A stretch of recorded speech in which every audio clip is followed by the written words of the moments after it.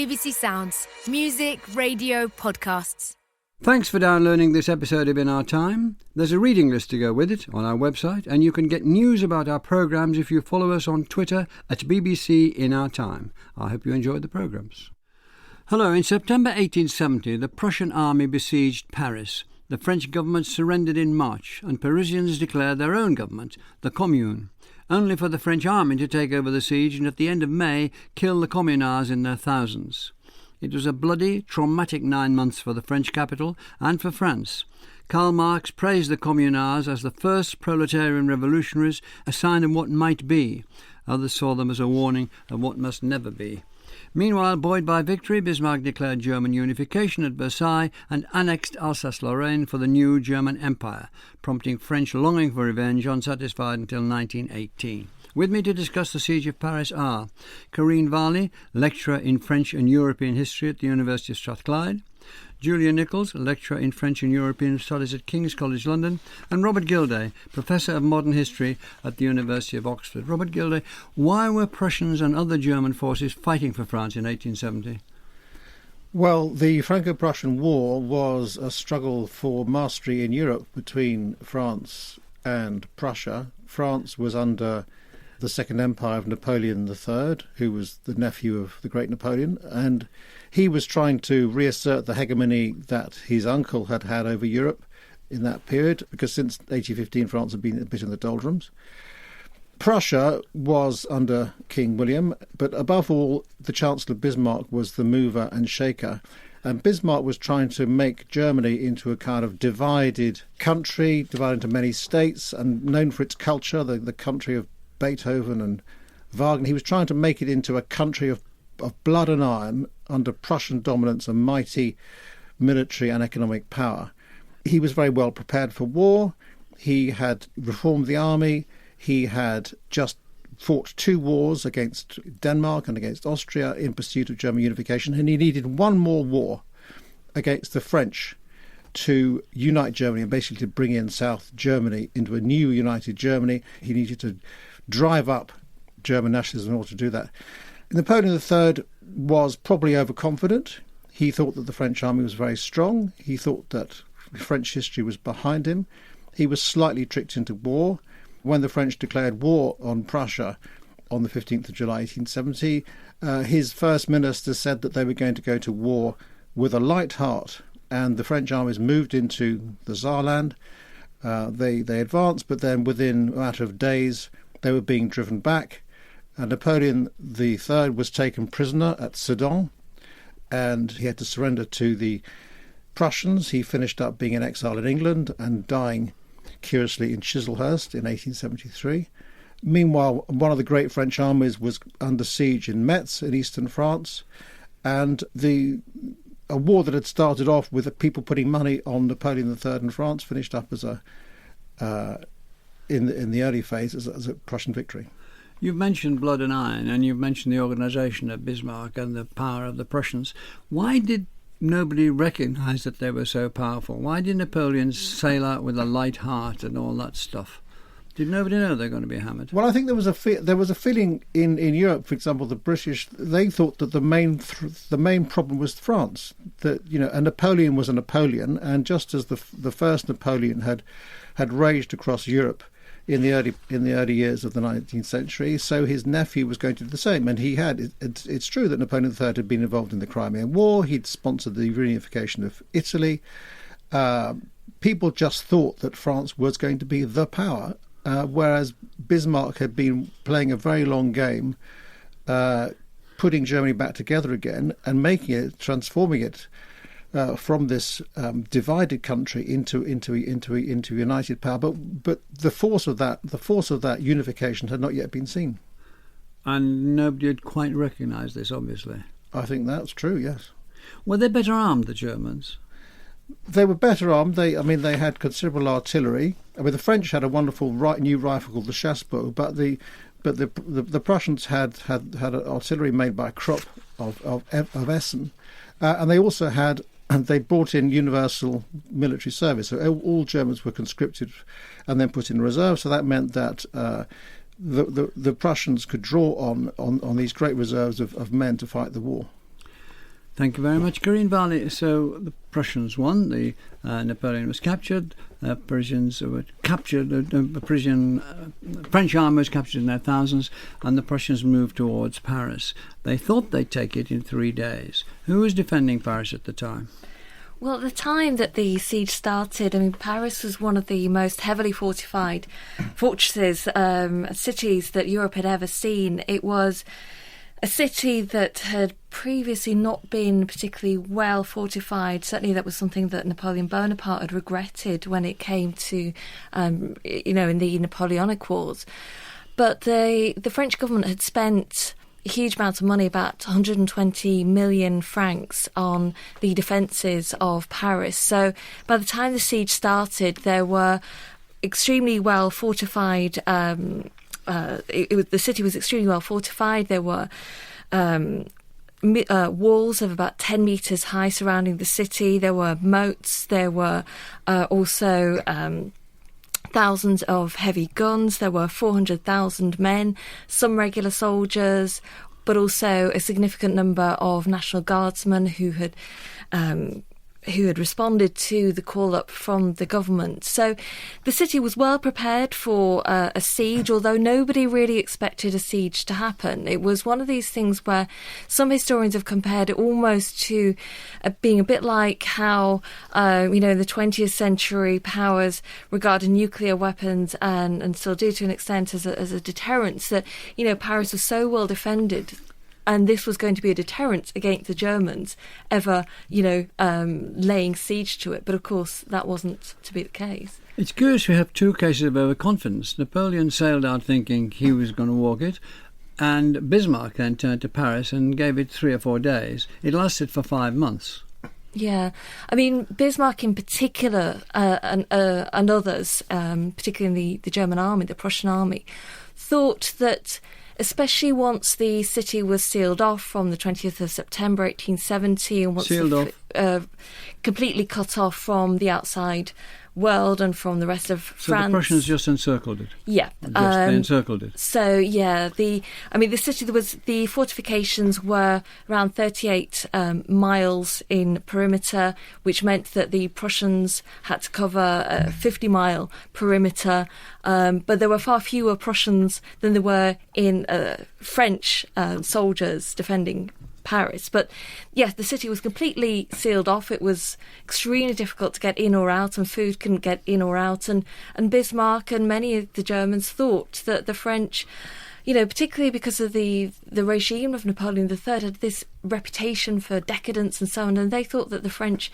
just wouldn't be able to last without food once the privations started to kick in, that they would just surrender. But that wasn't the case. But what were the privations like, and how did it last out for 9 months?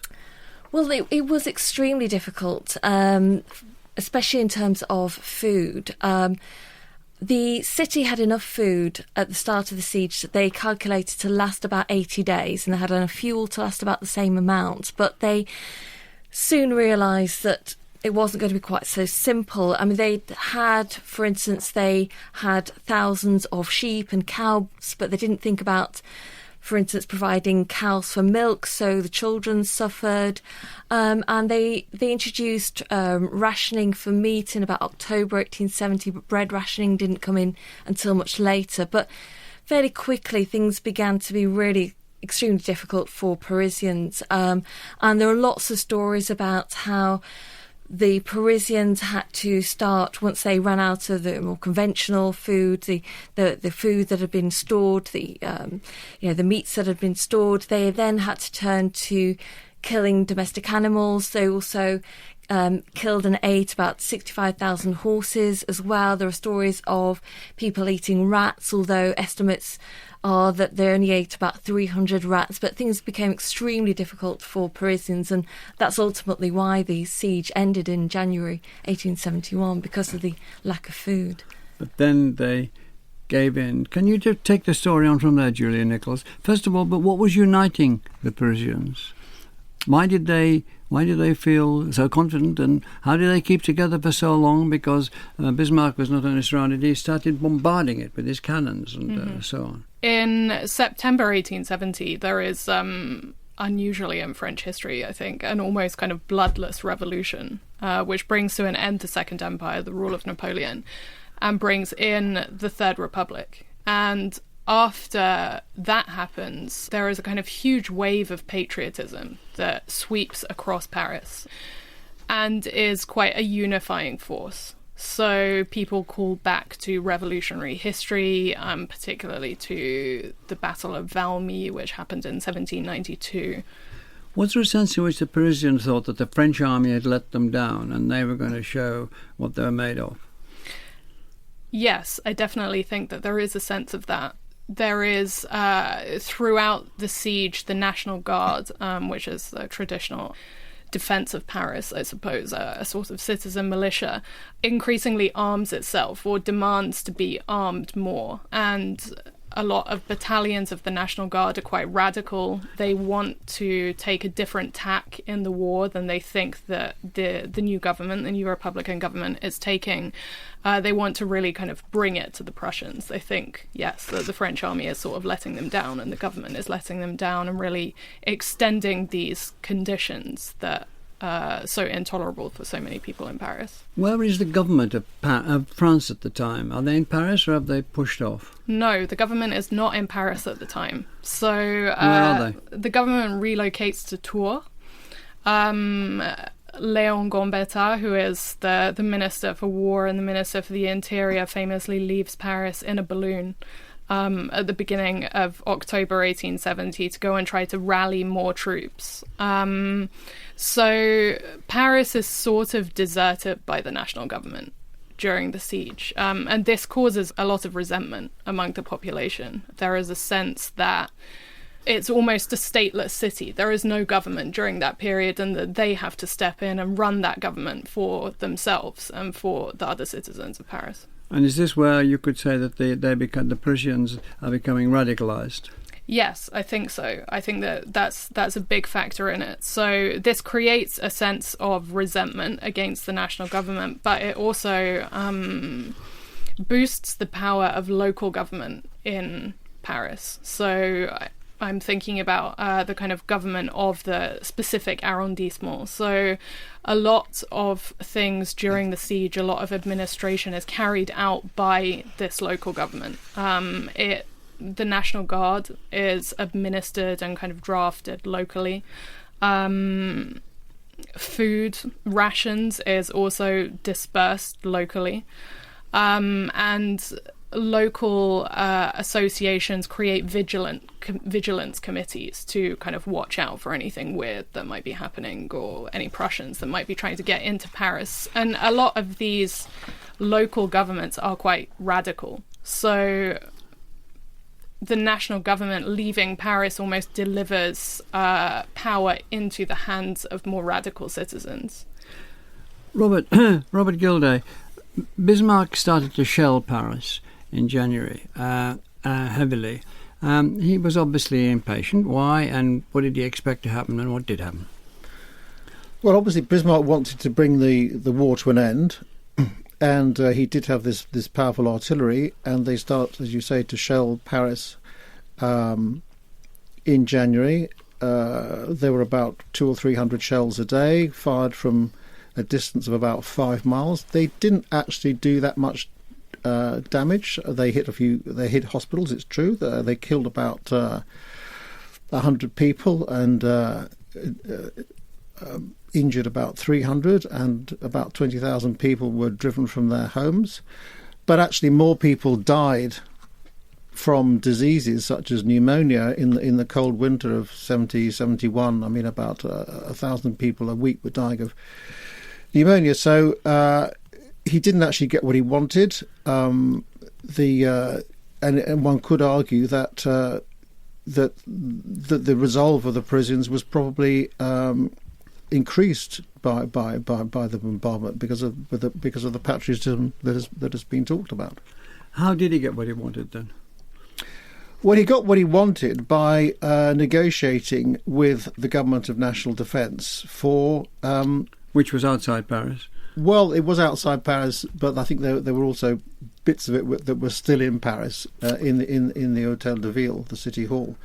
But he is negotiating, particularly with the foreign minister of the Government of National Defence, a man called Jules Favre, who had famously said that France would not surrender an inch of its territory or a stone of its fortresses. But he was meeting, from quite an early stage, he was meeting Bismarck in the Chateau of Ferrières, which was a neo-Renaissance chateau outside Paris, owned by the Baron de Rothschild.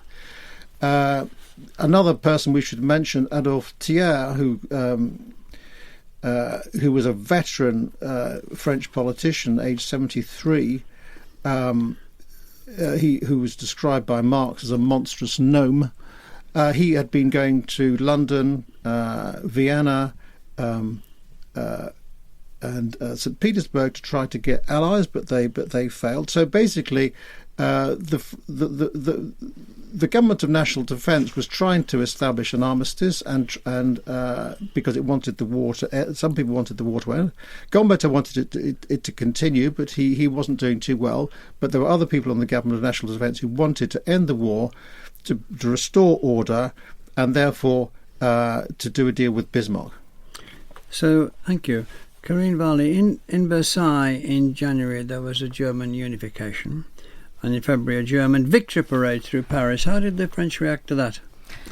Well, the German unification that was proclaimed on the 18th of January, I mean, that was something that was deliberately designed by the Germans to provoke and to increase a sense of German nationalism, but it was also hugely provocative for the French. I mean, the location was deliberately chosen in the Palace of Versailles as a sort of symbolic gesture. It was meant, the Germans saw it as a kind of gesture of revenge against not actually Napoleon III, but going back to Louis XIV for the insults that they felt that they had suffered as a consequence of his actions, the German people.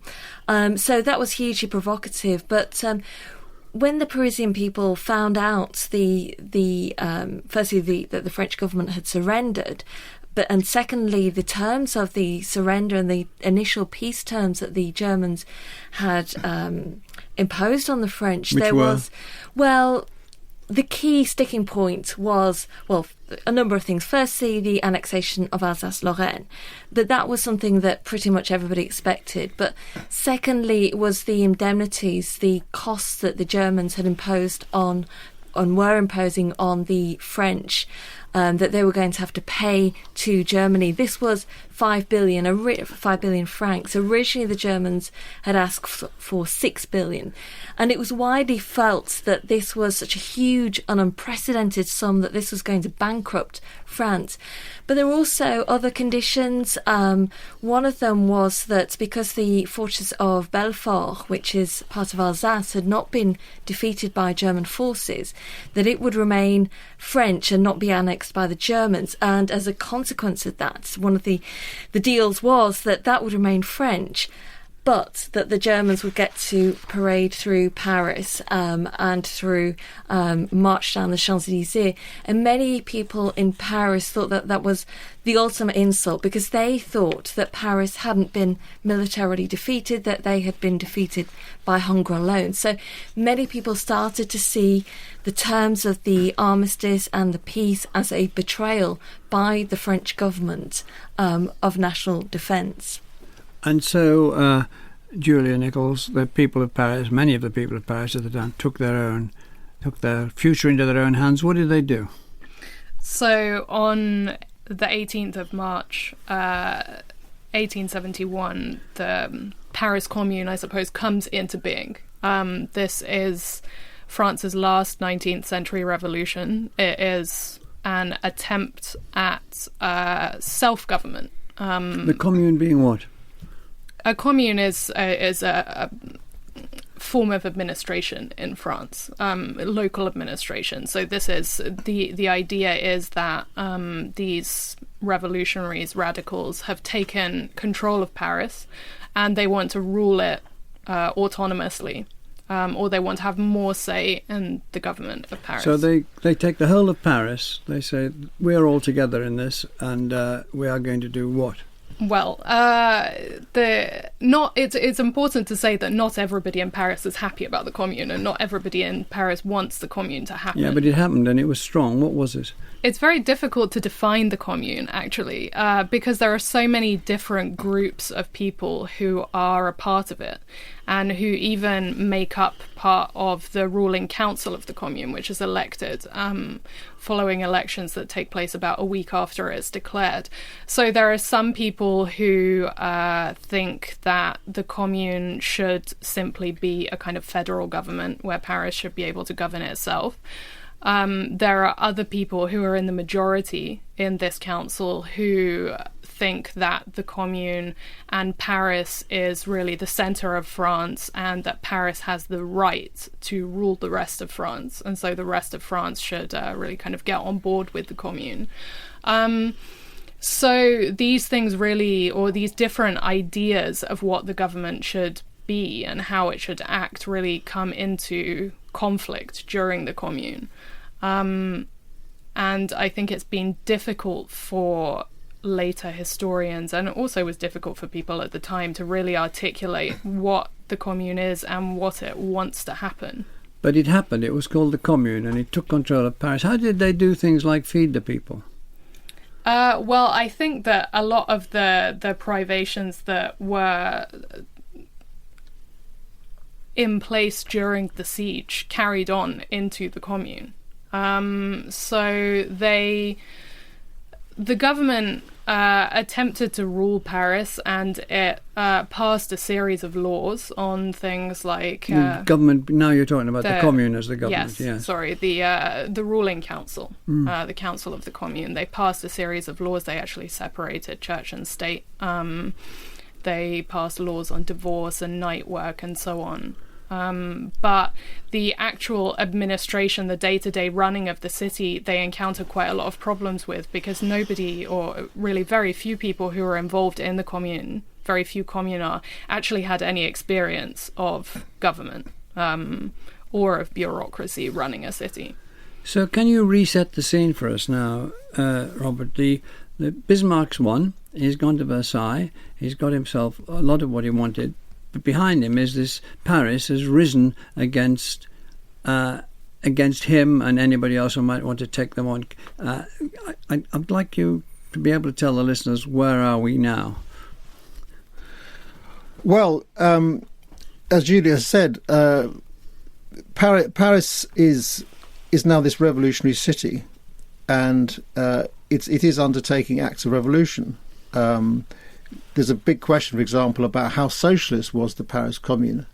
Marx, for example, said that the Paris Commune was the first real working-class government. And it's true that about a third of the members of the Commune, which was about 80 or 90 strong, were of working-class origin. Others were doctors, lawyers, journalists, artists like Courbet, who were kind of friends of the people. But I think one of the most powerful things about the Paris Commune is that these are people who are trying to make the French Revolution happen for good. The French Revolution lasted through the 1790s, but then it was terminated by the First Empire. It was back again in 1848. But it was terminated by the Second Empire. So these are people who see themselves as the new Dantons, the new Marats, the new Robespierres, trying to form a revolutionary society. Unfortunately, they're up against the Government of National Defence and against Bismarck, who are opposed to this. And together, the Government of National Defence and Bismarck have this plan to disarm Paris. And it's the first attempt to disarm Paris, to take their cannon away. That is what provokes the insurrection on the 18th of March 1871. And their programme is eventually to get into Paris and to crush this commune and to restore order in French society, restore national unity, and to achieve peace. And so, in a sense, all that has to be done on the back of the commune. So there is this titanic struggle that's going on between the forces of revolution And these revolutionaries who actually want to continue the war, and the forces of peace and order which are ranged against them. Thank you very much. Karine, what did they set out to do? It's been hinted at by Julia, but can you give us a bit more? What did the communards set out to do? We're told they weren't very good at administering stuff, but they did put in laws, they had ideas. What did they set out to do, and how far did they achieve what they set out to do? Yeah, well, as Julie was saying, part of the problem is that the commune was so divided, so there were differing views amongst the different factions of the left about what they actually wanted to achieve. But yeah, I mean, certainly some of the concrete things that they did manage to achieve were, for instance, as we heard, separation of church and state. That was one of the things that they brought in quite early on. And of course, that prefigured a law that was eventually to become passed by the French Republic in 1905. And of course, still to this day, France has separation of church and state. So that was something that they did. They also tried to improve the conditions for workers. So, for instance, they banned night work for bakers. They did things like introduce workshops, workers' cooperatives to help those workers who had been suffering and who had few employment opportunities, particularly when the siege came to an end and many of the men who had served in the army had been demobilised. So they came with a raft of measures to try and improve the conditions for workers. Although it should be said, one of the things that they weren't so successful at was measures to improve the lives of women. I mean, it's striking that although there were many female supporters of the commune, there were no women who were actually on the commune as part of the committee itself, and so they didn't really do anything to improve their social. Well, a few things to improve their social conditions, but didn't go very far, and certainly they did nothing really to give them greater political rights, certainly nothing like giving them the vote. So it's quite a mixed picture, but also what we have to bear in mind, as we were just hearing, is that this is all taking place in the context of the problem that they have, which is that they're facing military threat from the government which is now in Versailles. Can we just finish this particular area off, Julia? We again alluded to that, but they did hope the communards at other cities in France, and also would back them up. Can you tell us why that didn't happen? Yes, so the communards were very aware that in French history there had never really been a successful revolution that was led from Paris that didn't have the support of other parts of France. So they were very keen, as you said, to get support from elsewhere. So they sent out missives to other parts of France asking for them to rise in support of the commune. And a few cities did, but not really very many. Not as many as they would have liked. And certainly not. There was very little support for it in the French countryside. I think this has quite a lot to do with the national elections that took place in February 1871, which returned a very large conservative monarchist majority. And Parisians were very unhappy with this. They kind of derided it, really scorned it very forcefully and very vocally. They talked about how this was a rural assembly and that universal suffrage was a terrible idea because people didn't really know what they were talking about. So I think in the context of that, we can't really be surprised that most of France wasn't inclined to support the commune. Thank you. Robert Gilday, we have the French government now establishing itself as a government outside Paris. And then extraordinary thing happened. It seems extraordinary to me. They got the French army. The Prussians released thousands and thousands of French military prisoners. The French government got these military, created a new French army and attacked their own city, Paris. That's on the right lines, is it? Then what happened? Absolutely. I mean, in a sense, you know, there are two sieges of Paris. I mean, the first siege of Paris is by the Prussians and other German elements like Bavarians that we've heard about. But the other siege of Paris is by the government at Versailles, which is, as has been said, monarchist, royalist. Yeah. So after when the National Assembly is elected, this very right-wing National Assembly, they elect our friend Thiers as the head of the executive. So he is now basically in charge of the French government.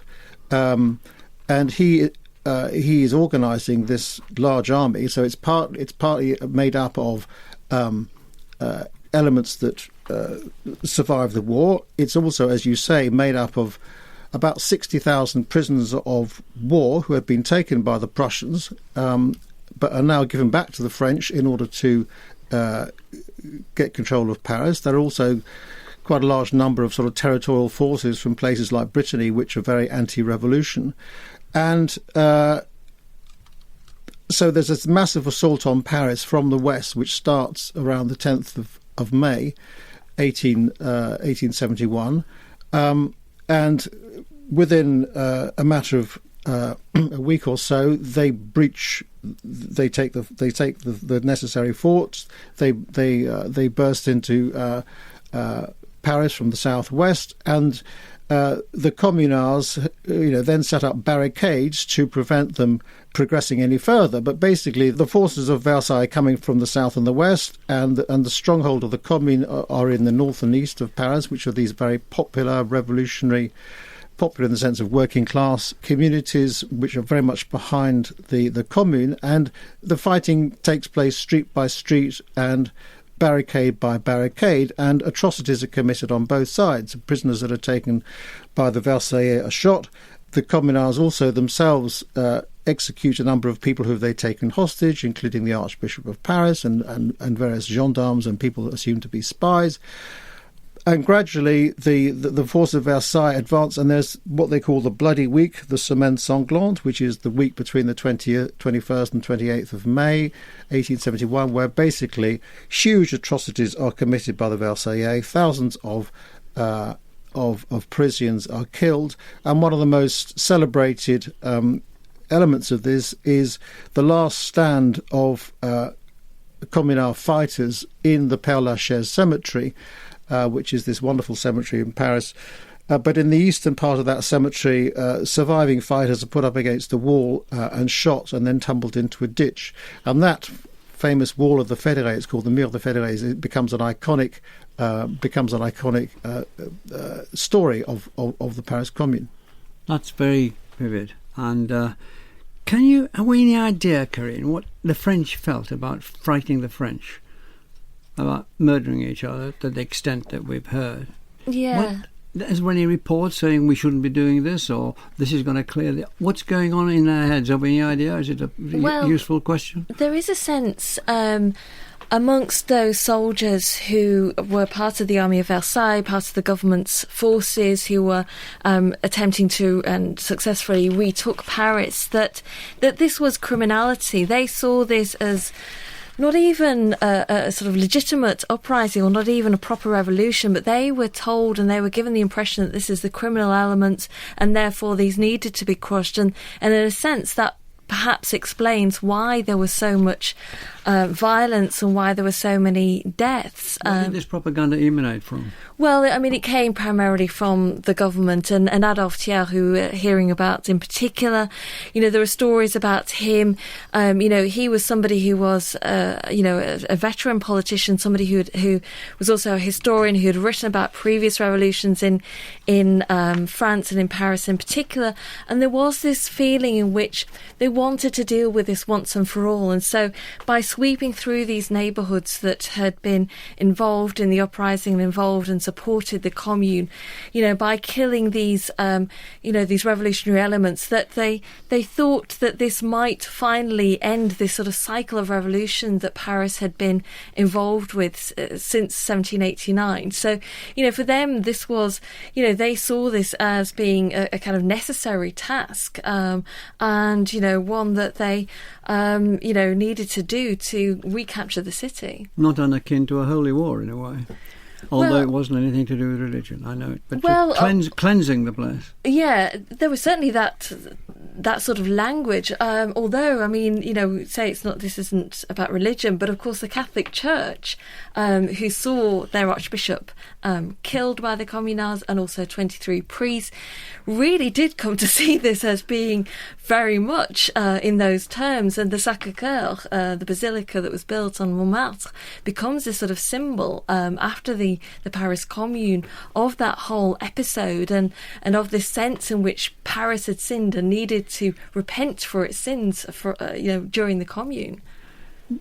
Julia, how did they start to come to terms with this in France? Well, the government takes a very harsh line towards the Communards following the end of the Semaine Sanglante.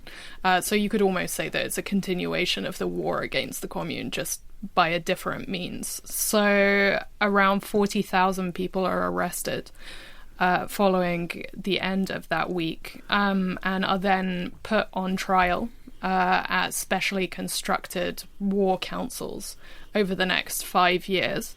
95 of those people are sentenced to death, although not all of those death sentences are actually carried out. And about 4,500 prisoners are deported to New Caledonia, which is a French penal colony in the South Pacific. The revolutionaries themselves, who managed to escape these things, either death or arrest and deportation, are forced into exile. So they can't continue to be in France. The majority of those who go into exile either flee to London or to Switzerland, particularly to the area around Geneva, which is obviously French-speaking. Others go to Belgium or to the United States. And these revolutionaries aren't allowed to freely re-enter France until a general amnesty is declared at the beginning of the 1880s. Thank you. Robert Gilday, what was if we can follow that through, so they're being executed, they're being exiled in massive numbers. We're not sure about the accuracy of numbers, but it will massively do the job. But what was there influence on the French psyche? There was. What was it? Well, I think the word that comes to mind is trauma. I mean, the French have undergone two massive events. One is defeat. This defeat that was massive and also unexpected by Bismarck, and which really sends France tumbling down the sort of league table of nations. And they're left with that for a long time. I mean, how do the French recover national greatness and national self-respect? I mean, they know that they can't take on Germany, so one of the things they start doing in the 1880s is going out and finding colonies in Africa and they become a sort of colonial power. And they don't really get back that sense of themselves as a powerful nation until the First World War. And the second thing is they've again suffered this revolution and bloodbath, and so one of their main challenges is to try to establish a constitution which establishes a kind of consensus and some sort of peace and order going forward. And in fact, the Third Republic that they put together lasts for 70 years until 1940. And I think the secret of that is, well, first of all, the Republic. Paradoxically, you've got a republic without Republicans. It takes the Republicans, the moderate Republicans, the best part of 10 years to get into power. By the end of the 1870s, the Republicans are in power, running the Republic. They take the view that royalists and Bonapartists need to be excluded from political life altogether, so that happens. So it is a very strong, powerful, militant republic. But they also realise they're going to have to deal with popular revolt. And they establish a very democratic rule had actually been established by Napoleon III. Universal suffrage had been established by Napoleon III. It's a kind of paradox because he was a despot. But universal suffrage remains the key, and the French Republicans take the view that this is one way to kind of marginalise socialists and radicals, and they set up a parliamentary republic, which is pretty solid, and where the upper house, the Senate, basically is controlled by people from the countryside, notables from the countryside. And so they do set up a system that basically works and does mean that revolution has more or less gone. Thank you. Corinne Varley, we've got the Siege of Paris and then the Commune. Which stands out most vividly now?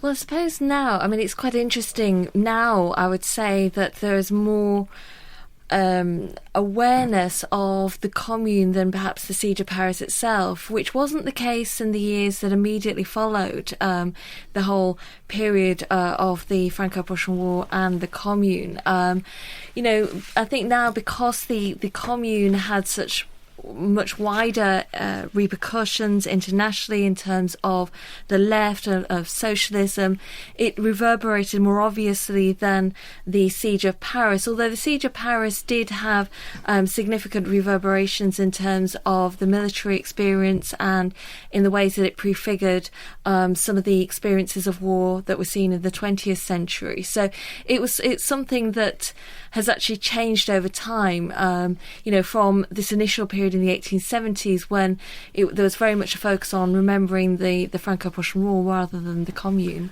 Finally, Julia, it seems that the longer-term legacy is the Commune. What's that? What has the legacy been? What is it?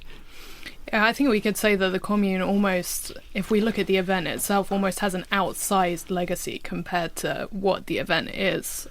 So in France itself, the Commune acts as a beacon for the left, really, in the decades following it. So there is an annual walk that is organised to the Père-Lachaise cemetery, and the wall that Robert alluded to earlier. And outside Paris, outside France? Outside of France, it gets taken, it really gets internationalised. I think this is probably down to Marx, and he says in 1871 that the Commune was a glorious harbinger of a new society, and so it's taken up, as Corinne said, by various different international left movements. So, for instance, Lenin, when he died, was buried was wrapped in a communal flag. It's also pointed to in China during the Cultural Revolution and the Shanghai People's Commune, which happens in 1967 as a kind of model society. Well, thank you all very much. Thank you, Julia Nichols, Robert Gilday and Corinne Varley. Next week it's the solar wind, blowing from the sun to the edge of the solar system, creating the northern lights and comet tails on the way. Thank you for listening. And the In Our Time podcast gets some extra time now with a few minutes of bonus material from Melvin and his guests. Right, what did we miss out? That's really important, Robert. Well, we were talking earlier about women, and Karen got the women case spoken for. But I mean, I think there are some wonderful women who are involved in the committee. As Karen said, they're not involved on the council, and Julia said they're not involved in the council because politics is male.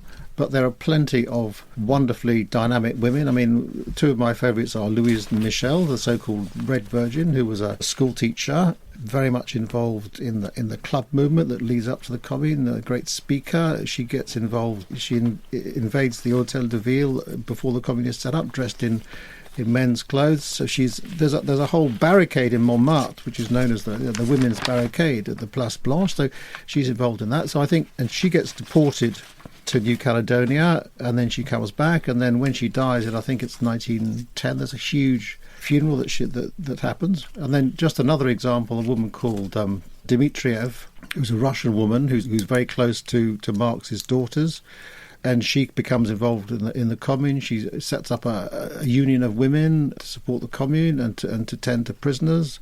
And interesting enough, her name is taken up by a group of feminists in 1971, French feminists. So her name sort of lives on. Yeah, well, I mean, I agree with what you said. I mean, certainly, I think it's sometimes surprising, I think, because women were very much involved in the kind of street politics, although they couldn't be officially part of political organisations and so on. They were certainly played a leading part. And, there were also the whole kind of idea of women revolutionaries as well is a really important image that emerges from the Commune, and this notion of the pétroleuses, these female fire starters who were blamed for setting Paris ablaze as well, as a really interesting aspect to it, because of course it turned out that this was all a myth, and so it raises questions about why the women were blamed for these fires when there seems to be so little evidence to support the fact, support their responsibility. Is there any notion along the way those attacking the French army think we shouldn't be doing this? I mean, have we any evidence is what I'm saying? I don't think so, no. So the propaganda was effective.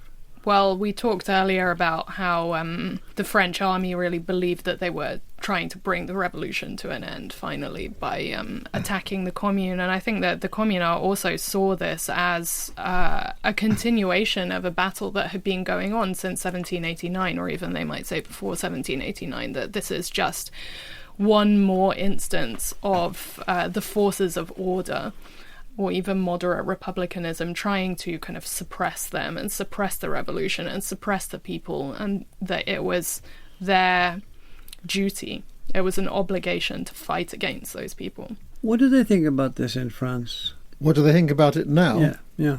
Well, I mean, one thing I was thinking about was that Julia talked about the kind of the positive legacy of the Commune as a kind of the harbinger of a worldwide proletarian revolution. But I think there was another legacy, which was, if you're a socialist or an anarchist, do you have to be violent?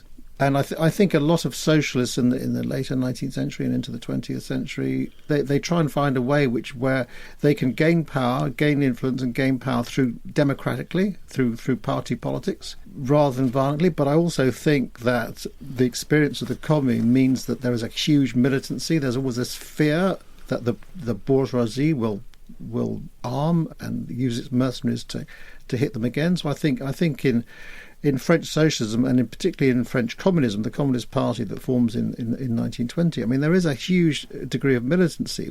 So I think there's a kind of ambivalence between wanting to do things electorally and democratically, but actually also this kind of taste for a very strong militancy. Yeah, so I was in Paris in December 2018, which was during the first month or so of the Gilets jaunes protests, and I saw a lot of graffiti through the city that was calling back to the Commune. Down with the state, long live the Paris Commune, long live 1871, those kinds of ideas. So it's interesting that it continues to be, I wouldn't say current, I don't think it's a regular kind of reference point in French politics anymore, but that it continues to be this symbol that's called upon. We didn't say much, if anything, about class divides, but as I read from your notes, a lot of the middle classes got out of Paris while the going was good and didn't take any part in this and settled elsewhere in France, or even left France altogether. But you mentioned that there were lawyers and people who are part of the Communards. So where are we there, really? Marx does say that when the proletarian revolution happens, it will need intellectuals like himself, and in a sense, we are talking about intellectuals. These are people who, from the liberal professions or so on, who are sort of déclassés in some way, but who throw in their lot with the popular revolution, because as I said before, there is this sense that the French Revolution must go on and the French Revolution must succeed. But then there is the so-called bourgeoisie, the people who own property, who are absolutely scandalised. So they either lie low, or sometimes they try and escape from Paris by hiding under trains, or they leave when the going's good. There is an absolute horror, and there's a colleague of, Flaubert, for example, sits it out in his estate and then comes back to Paris and says it's also smelly, and look at these horrible, look at the shadows of these horrible people who have defiled Paris. He has this friend Maxime Ducamp who wrote a book called The Convulsions of Paris. It's about 4 volumes long, and talking about how horrendous these people were. As Karen said, they're criminals, they're murderers, they're pillagers, they're pimps, they're all sorts of nasty things. And so I think the French bourgeoisie hates the Commune as much as the Communards hate the French bourgeoisie. What damage was there to the city? It's been bombarded by Bismarck. You said over there, not very effectively, but then this French army comes in and goes, as one of you said, street by street, burning with the petroleurs. The women, supposed to be, somebody or other was burning anything they could aim at correctly. So how much damage was done, and anything significant? It was actually really quite significant in terms of the buildings that were burnt down and damaged. Major sort of landmarks, places like the Hôtel de Ville, the town hall. Sorry, the one. The Hôtel de Ville. Yeah. There was also the finance ministry that was completely destroyed. The Tuileries Palace, that was destroyed. That was seen as being particularly symbolic because it was associated with the monarchy and with Napoleon III as well, but also elsewhere. The Champs-Élysées as well suffered.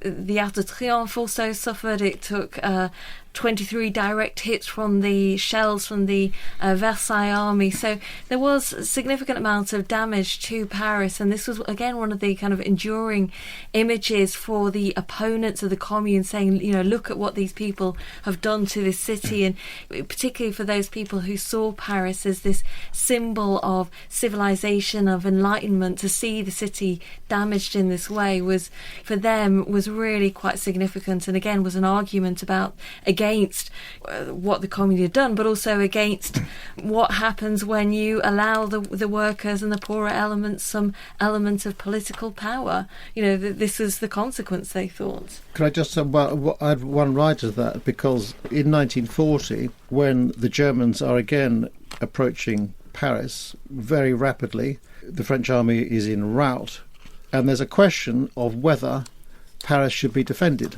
And the government and the military of the day decide that Paris will not be defended. It will be declared what they call an open city, and the Germans will simply be allowed to walk in.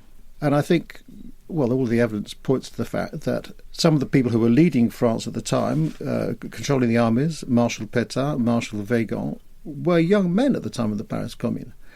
They had a horror of the Paris Commune, and they thought there was also a story that the communist leader Maurice Thorez had seized power in the Élysée, Paris, as the government was once again retreating to Tours and then once again retreating to Bordeaux, where the National Assembly was held in 1871. And it was that fear of a Paris Commune which again incited the French government and the military to conclude an armistice with the Germans. Well, there we are. Thank you all very much. I think the producer's coming in to relieve this siege. Anyone want tea or coffee? Oh, yes, please.